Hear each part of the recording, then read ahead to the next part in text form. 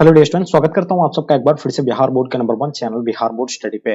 प्यारे बच्चों, जैसे कि आप लोग का हिस्ट्री का पेपर जो है 7 फरवरी को होने जा रहा है। अब आपके पास मात्र कुछ दिन बचा हुआ है, तो ऐसे में बहुत सारे बच्चे परेशान है कि सर सब्जेक्टिव क्वेश्चन आप हमें हम लोग को जो है प्रोवाइड नहीं किए हैं, सब्जेक्टिव क्वेश्चन का गैस क्वेश्चन ला करके दीजिए। तो प्यारे बच्चों, हम लोग जो है ना पूरा परीक्षा के पेपर जिस तरह का आपका यानी जो पेपर में जिस तरह का प्रश्न आएंगे उसी तरह के प्रश्न के अकॉर्डिंग हम लोग जो है तैयार किए हैं, जिसमें हम लोग टॉप 10 क्वेश्चन को कलेक्ट किए हैं। और आज के क्लास में आप लोग का सब्जेक्टिव एंड ऑब्जेक्टिव क्वेश्चन को हम लोग कवर करेंगे, जिसमें दोनों जो आप लोगों का गैस क्वेश्चन ही है। ठीक है, तो और पेपर देख लीजिएगा कि बहुत सारे बच्चों का माइंड में ये भी चल रहा था कि पेपर जो यानी आएंगे तो वो किस प्रकार का आएगा। तो देखिए, इस प्रकार के कुछ आपको यानी पेपर भी देखने को मिलेंगे, जैसे आप लोग यहाँ देख पा रहे हैं। ये सभी जो आपको यानी गैस है मोस्ट वीवीआई है, और आप लोग को यहाँ से लगभग क्वेश्चन आपके एग्जाम में देखने को मिलेंगे। इसलिए आप लोग पूरी तरह से एंड तक इस क्लास को जो है इस क्लास में बने रहेंगे, और साथ साथ में अपने अपने फ्रेंड्स के ग्रुप वगैरह जहां भी है प्यारे बच्चों आप लोग शेयर कर देंगे, क्योंकि मैं आपके लिए इतना मेहनत कर रहा हूं तो ये आपकी रिस्पॉन्सिबिलिटी है। देखिए, 2-3 दिन के बाद आप लोग का एग्जाम ही होने जा रहा है, तो अब तो बिल्कुल अच्छे से आपको जो है सभी क्वेश्चन को नोट करना चाहिए जो क्वेश्चन आपको नहीं आता है। ठीक है,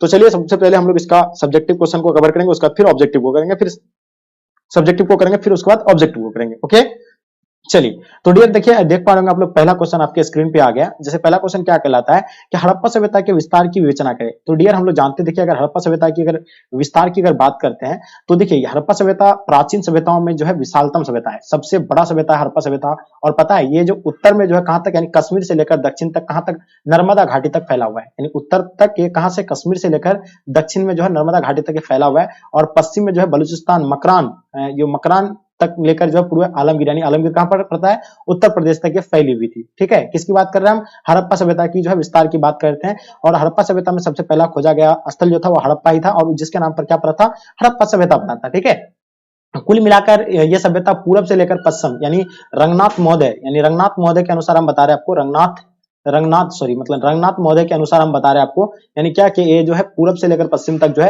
1600 किलोमीटर तक फैला हुआ था। ठीक है, और पूर्वी से पश्चिम तक, दक्षिण से जो है लगभग कितना, यानी 1200 किलोमीटर तक यानी फैली हुई थी, है ना।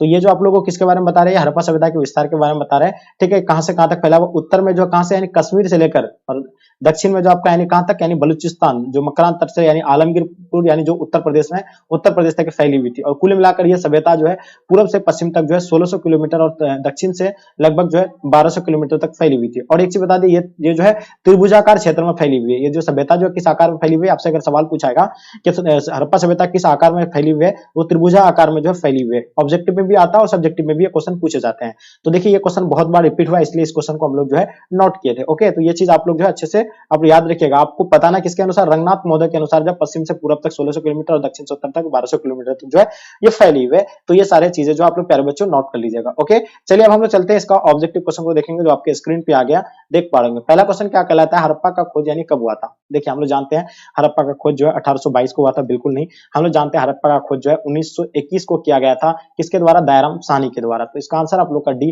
बिल्कुल परफेक्ट आंसर हो जाएंगे। हड़प्पा सभ्यता का पहला खोजा गया स्थल हड़प्पा था, जो कब खोजा गया था, 1921 को खोजा गया था। ठीक है, कौन सी नदी के किनारे है, तो ये रावी नदी के किनारे है, ये आप लोग को बिल्कुल पता होगा। देखिए क्वेश्चन नंबर दूसरा दिखेगा, लीग ने जो प्रत्यक्ष कार्रवाई दिवस मनाने का ऐलान जो यानी घोषणा कब किया था, यानी मुस्लिम लीग के द्वारा जो है प्रत्यक्ष यानी कार्रवाई दिवस मनाने का ऐलान जो यानी घोषणा कब किया था उन लोग, तो घोषणा जो किया गया था 16 अगस्त को कर दिया गया था। कब किया गया था, 16 अगस्त 1946 को कर दिया गया था प्यारे बच्चों। तो आप लोग जो बच्चे 16 अगस्त 1946 आप लोगों को पता होगा, इसका आंसर जो बच्चे ए देंगे बिल्कुल आप लोग का आंसर परफेक्ट आंसर हो जाएंगे। 16 अगस्त 1946 को जो है मुस्लिम लीग द्वारा जो है ऐलान कर दिया गया था। ठीक है, चलिए आगे देखिएगा आपके स्क्रीन पे। अब हम लोग देखते हैं दूसरा नंबर क्वेश्चन प्यारे बच्चों, जो आपके स्क्रीन पे बहुत इंपॉर्टेंट क्वेश्चन है। देखिए चंपारण सत्याग्रह, चंपारण आंदोलन का के कारण क्या था, यानी चंपारण सत्याग्रह 1917 को जो हुआ था, इसका कारण क्या था, इनके बारे में हम लोग बात करेंगे। देखिए ये महात्मा गांधी के द्वारा चलाया गया आंदोलन था, है ना। चंपारण आंदोलन के दो महत्वपूर्ण कारण था। इसमें पहला कारण, चंपारण के किसान, यानी जो अपना बिहार में जो चंपारण जिला पड़ता है, वो वहां के जो किसानों से जो है यूरोप ने जो है नील यहाँ के जो है किसानों से जो नील की खेती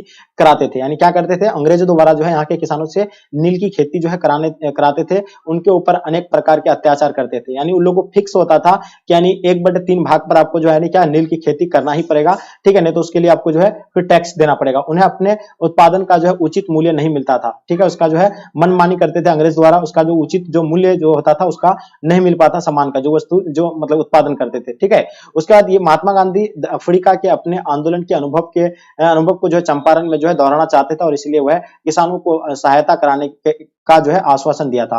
तो देखिए यहाँ जो आपको चंपारण जो आंदोलन जो हुआ था, ये जो मैंने बताया ये 2 कारण था, और पता है ये जो किसके द्वारा चलाया गया था, महात्मा गांधी के द्वारा चलाया गया था।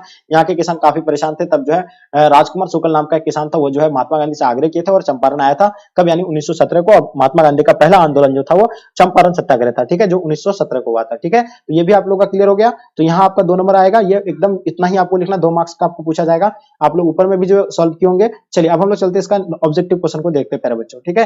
देखिए ऑब्जेक्टिव क्वेश्चन में क्या कहलाता है कि निजामुद्दीन औलिया की दरगाह जो है कहाँ पे है ना। तो देखिए निजामुद्दीन औलिया दिल्ली में है, आगरा, अजमेर एंड फतेहपुर सीकरी। तो देखिए हम लोग जानते हैं निजामुद्दीन औलिया की अगर दरगाह की बात किया जाए प्यारे बच्चों, तो सबको पता है कि दिल्ली में जो उसका आगरा है, और इसका आंसर आप लोग का ये बिल्कुल राइट आंसर हो जाएंगे। उसी तरह कहा जाएगा ख्वाजा मुइन चिश्ती की दरगाह, तो कहाँ पे है, तो ये जो होगा अजमेर में हो जाएगा, ठीक है। जैसे यानी चिश्ती सिलसिला के संस्थापक कहा जाता है। आगे देखिएगा मध्ययुगीन यात्री का सरताज जो है किस यात्री को कहा जाता है प्यारे बच्चों, इनके बारे में बताइए। देखिए हम लोग जानते हैं मध्ययुगीन यात्री का सरताज जो है मार्क पोलो को कहा जाता है, और ऑप्शन आप लोग का बी बिल्कुल परफेक्ट आंसर हो जाएंगे मेरे डियर। जितने सारे बच्चे बी बता रहे हैं आप सभी का आंसर बिल्कुल परफेक्ट आंसर हो जाएंगे। ओके चलिए आगे हम लोग क्वेश्चन देखेंगे प्यारे बच्चों, आपके स्क्रीन पे आ गया क्वेश्चन, देख पा रहे हैं तीसरा नंबर क्वेश्चन। असहयोग आंदोलन के कारण पर प्रकाश डालिएगा, है ना। तो देखिए असहयोग आंदोलन कब हुआ था, हम लोग जानते हैं 1920 को, यानी महात्मा गांधी के द्वारा जो है असहयोग आंदोलन चलाया गया था। ये चीज आप लोगों को पता है ना। ये किसके द्वारा चलाया गया था, महात्मा गांधी के द्वारा चलाया गया था। कब? यानी 1920 में। इसका उद्देश्य जो था, तो उद्देश्य क्या था इसमें कि विदेशी चीजों का जो है बहिष्कार करना था, यानी स्वदेशी अपनाओ विदेशी हटाओ। किसका ये नारा था, महात्मा गांधी का था, ठीक है।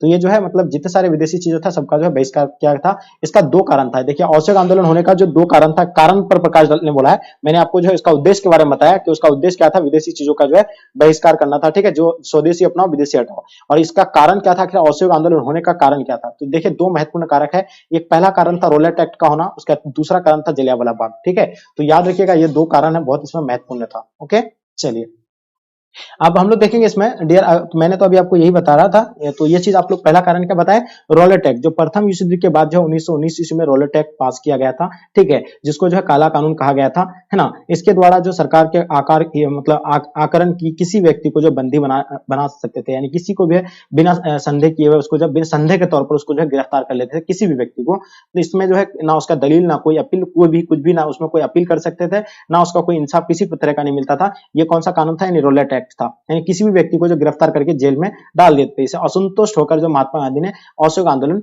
चलाया। फिर दूसरा इसका कारण क्या था, जलियांवाला बाग। आपको पता है 1919 को 13 अप्रैल 1919 को जलियांवाला बाग में जो है ये जो अमृतसर पंजाब में जो है ये घटना घटी थी, दुर्घटना हुई थी, जिसमें रोलेट एक्ट का विरोध करने के लिए जो है अमृतसर में जलियांवाला बाग के स्थान पर एक जनसभा बुलाई गई थी। क्या बुलाया गया था, एक जनसभा बुलाया गया था, जिसमें जनसभा में बहुत सारे लोग जो है भीड़ बड़ी उमड़ी थी। कब? 13 अप्रैल 1919 को, एक बैसाखी का दिन था।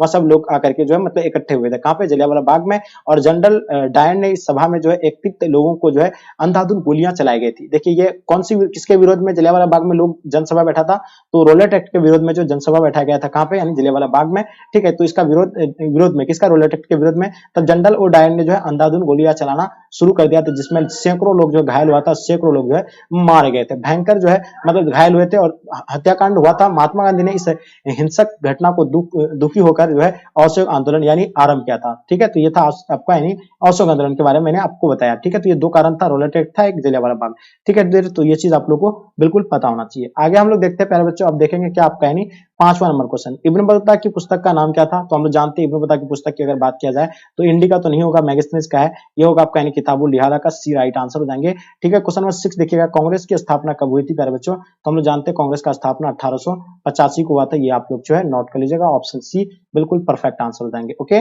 चलिए आप देखिएगा मुगलों के जो अधीन भारत के विदेश व्यापार का वर्णन कीजिएगा प्यारे बच्चों। देखिए हम लोग जानते हैं मुगल के अधीन जो भारत के विदेश व्यापार का अगर वर्णन बात करें तो मुगल काल के भारत के स्थानीय जो स्थलीय तथा समुद्र पार दोनों प्रकार के व्यापार में जो है अत्यधिक जो विस्तार हुआ था। यानी मुगल काल में जो है यानी समुद्र पार दोनों प्रकार के व्यापार होते थे, अंतरराष्ट्रीय व्यापार होते थे, यानी ठीक है।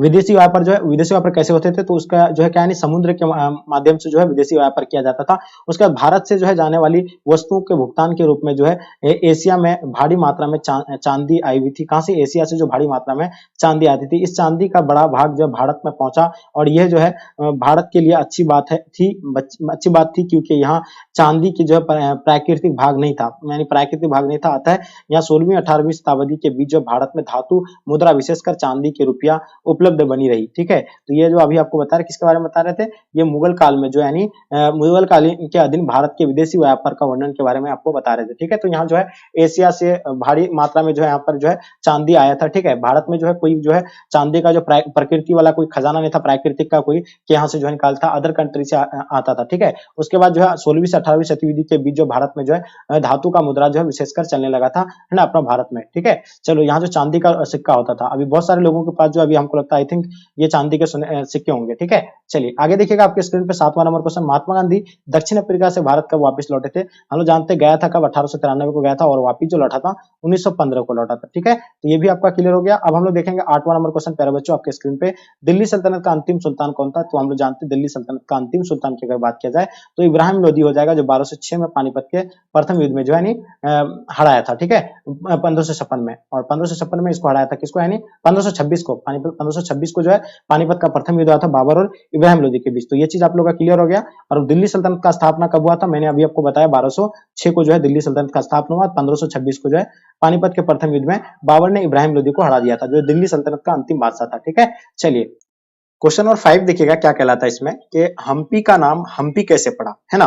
तो देखिए हम्पी का नाम, पहले इसका नाम क्या था, विजयनगर साम्राज्य था, जिसका स्थापना 1336 को किया गया था, किसके द्वारा, हरिहर और बुक्का, इन दोनों भाई था, इसके द्वारा जो है इसका स्थापना किया गया था। लेकिन जब यह ध्वस्त हो गया तब जो है इसका नाम क्या पड़ा, हम्पी पड़ा, किसके नाम पर, एक पंपा देवी के नाम पर जो है हम्पी पड़ा। यानी देखिएगा जब 17वीं और 18वीं सदी में तक यानी विजयनगर का पूर्णतः विनाश हो गया था, है ना, उसमें पूर्णतः विनाश हो गया था। कृष्ण तुंगभद्र रायचूर दोआब के लोगों ने इस स्थान को जो हम्पी के नाम दे दिया था। ठीक है, रायचूर दोआब के लोग, स्थानीय लोग जो है वहां का रायचूर दोआब में जो एक पंपा देवी की मात्र देवी रहती थी, उन्हीं के नाम पर जो इसका नाम क्या पड़ा, हम्पी पड़ा था। आगे देखिएगा ऐसा माना जाता है कि यहाँ को जो स्थानीय मात्र देवी यानी जो मात्र देवी पंपा देवी के नाम से यानी हम्पी का नाम जो है क्या हो जाए अविभाज्य हुआ था, इस प्रकार हम्पी का जो नाम यानी विजयनगर पड़ा। ठीक है, तो ये चीज आप लोग याद रखिएगा।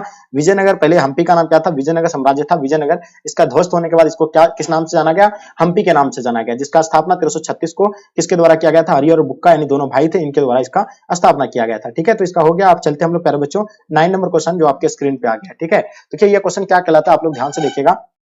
पुराणों की संख्या कितनी है प्यारे बच्चों, तो इनके बारे में बात करते हैं। 16 है, 18 है, 19 है, 20 है। तो हम लोग जानते हैं, देखिए पुराणों की अगर संख्या की अगर बात करते हैं तो आप सब जानते होंगे कि पुराणों की संख्या जो है 18 है, और इसका आंसर आप लोग प्यारे बच्चों 20 इतने सारे बच्चे दिए हैं, बिल्कुल आप लोग का आंसर परफेक्ट है ना। महाभारत का युद्ध जो है कितने दिनों तक चला था, वो भी 18 दिनों तक चला था। कहाँ पे, कुरुक्षेत्र के मैदान पे। चलिए आगे देखिएगा आपके स्क्रीन पे, यूरोप का समुद्रगुप्त जो था यानी कौन था प्यारे बच्चों, इनके बारे में आपको बताना है। ठीक है, हिटलर थे, नेपोलियन थे, बिस्मार्क थे, मुसोलिनी थे। ठीक है, तो देखिए अगर हम जानते हैं यूरोप का समुद्रगुप्त जो यानी कौन था प्यारे बच्चों, तो ये आप लोगों को पता होगा, नेपोलियन जो था यानी यूरोप का समुद्रगुप्त था, यानी ऑप्शन आप सभी का भी बिल्कुल राइट आंसर हो जाएंगे। ओके, चलिए यहाँ भी आपको कोई दिक्कत नहीं, ये भी आपका क्लियर हो गया। अब हम लोग चलते हैं प्यारे बच्चों नेक्स्ट क्वेश्चन की ओर चलते हैं, जो आपका सब्जेक्टिव क्वेश्चन आ गया, जो आपके स्क्रीन पे आपके समक्ष में। देखिए क्या कहलाता है, कार्बन 14 विधि से आप क्या समझते हैं, यानी कार्बन 14 विधि किसे कहा जाता है। देखिए बहुत आसान और साधारण भाषा में आपको हम बताएंगे। देखिए कोई भी जीवित वस्तु जो होता है उसका तिथि को निर्धारण करने की एक वैज्ञानिक विधि है, और इस विधि को ही जो क्या कहा जाता है, कार्बन 14 विधि कहा जाता है। आप इसको निकालने के लिए, यानी देखिए सबसे पहली बात कि किसी भी जीवित वस्तु में कार्बन 12 और कार्बन 14 की मात्रा जो है सामान्य तौर पर पाया जाता है, यानी सब में सभी वस्तु में जो है कार्बन 14 और कार्बन 12 की मात्रा जो है पाया जाता है ना।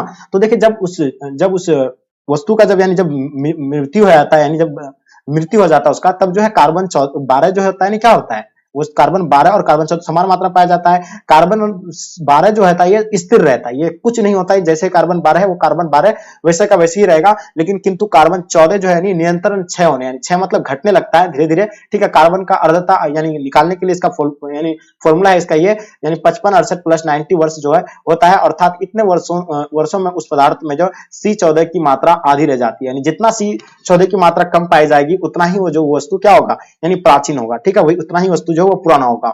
इस प्रकार वस्तु के काल की गणना की जाती है। जिस पदार्थ में कार्बन 14 की मात्रा जितनी कम होगी, मैंने बताया अभी आपको, जितना यानी कम होगा वह उतना ही जो है पुराना माना जाएगा। इसके आधार पर जो है प्राचीन सभ्यताओं का तिथि निर्धारण किया जाता है। ठीक है, तो ये जो आपको समझ में आ गया कार्बन 14 विधि क्या है, इनके बारे में मैंने बता दिया। किसी भी जीवित वस्तु में कार्बन 12 और कार्बन 14 की मात्रा सामान्य रूप से पाया जाता है। जब किसी वस्तु की जब मृत्यु हो जाती है तो उसमें जो है कार्बन 12 जो है स्थिर रह जाता है और कार्बन 14 जो है धीरे धीरे वो घटने लगता है। ठीक है, जितना कार्बन 14 की मात्रा कम पाया जाएगा, इससे वो पता चलता है कि वो उतना ही प्राचीन वस्तु माना जाएगा उसको। ठीक है, चलिए आगे देखिएगा, हम लोग क्वेश्चन देखेंगे। आपके स्क्रीन पे ऑब्जेक्टिव क्वेश्चन आ गया प्यारे बच्चों, देखिएगा क्या कहलाता है ना, कि वेबगत का सिद्धांत का संबंध बताइएगा। यानी वेबगत जिसको हम लोग क्या कहते हैं, हड़प नीति कहते हैं। क्या कहते हैं जी, हड़प नीति कहते हैं। ये आप लोगों को पता होगा, हड़प नीति है ना। तो हड़प नीति का जो है यानी सिद्धांत कहा जा सकता है, या वेबगत का सिद्धांत किसने दिया था, तो प्यारे बच्चों उसको हम लोग डलहौजी कहेंगे। बिल्कुल इसका आंसर आप सभी का भी परफेक्ट आंसर हो जाएंगे, काफी इंपॉर्टेंट क्वेश्चन था। चलिए प्यारे बच्चों, आपके स्क्रीन पे 12 नंबर क्वेश्चन देखेंगे हम लोग, क्या कहलाता है मनुस्मृति के रचयिता यानी कौन था, इनके बारे में बताइए। देखिए हम लोग जानते हैं मनुस्मृति की अगर बात करें उससे पहले महाभारत का लेखक वेद व्यास, रामायण का वाल्मीकि, ये मनु का जो मनुस्मृति का जो हो जाएगा आपका मनु हो जाएगा। तो इसका आंसर आप लोग 80 जितने सारे बच्चे दिए बिल्कुल सही है। ठीक है, चलिए आपके स्क्रीन पे 7वां नंबर क्वेश्चन प्यारे बच्चों आ गया है, जो देख पा रहे होंगे। हड़प्पा सभ्यता की जल निकासी प्रणाली का वर्णन करें, है ना। तो हड़प्पा सभ्यता में जो है यानी जल जो यानी पानी जो निकालते थे, वहां का जो पानी निकालने का प्रक्रिया कैसा था, वहां के लोग जो पानी को बाहर कैसे निकालते थे अपने भवन से, ठीक है, अपने कुओं से, अपने स्नान घर से, ठीक है, रसोई घर से। तो वहां का निकालने का एक बहुत बड़ा तरीका, बहुत जो एक पता है ना आपको कि हड़प्पा सभ्यता एक नगरीय सभ्यता था। तो वहां का सभ्यता नगर नियोजन था, ठीक है, जो पर्टिकुलर यानी एक मैपिंग के तौर पर जो बनाया गया था। ये सभ्यता प्रणाली जो है विकसित था। यहाँ के अधिकांश भवन जो है अपना खुद का जो सबका यानी निजी कुआं होता था, निजी स्नानागार होता था। ठीक है, भवन के जो है कमरों, रसोई घर, स्नानागार, शौचालय आदि सभी का पानी एक भवन के छोटी छोटी नलियां, जैसे कि अभी वर्तमान में हम लोग अपने घरों में लगाते हैं जिस तरह कि छोटी छोटी नालियां लगा करके जो है गले के नाला से जो है कनेक्ट कर दिया जाता है। जो गली का नाला जो होता है उससे कनेक्ट किया जाता है, और गली का नाला जो फिर किससे कनेक्ट करता है, वो सड़क के जो दोनों ओर जो किनारा रहता है उससे नाला जो रहता है उन नाला से जो है कनेक्ट रहता है। ठीक है, तो छोटी छोटी नलियां निकलकर गली के नाली में आता है, और गली का नाली जो मुख्यतः सड़कों के दोनों ओर बनी पक्की नलियों से जोड़ा गया था। ठीक है, तो वहां का जो इस तरह का विशेषता था कि हाँ सबके घर में जो है यानी क्या छोटा छोटा क्या था, नालियां था। उन नालियों का पानी क्या गली के नाली में आता था, और गली का नाली जो है सड़क के दोनों ओर जो यानी किनारा में जो है मतलब नाला बना रहता था, उनसे वो कनेक्ट रहता था। और सारी पानी जो है भवन के जो है जितने सारे घर के सारी पानी जो है वो किस में आते थे, मतलब टूटी के साथ जो है किसके माध्यम से आता है, नल के साथ जो है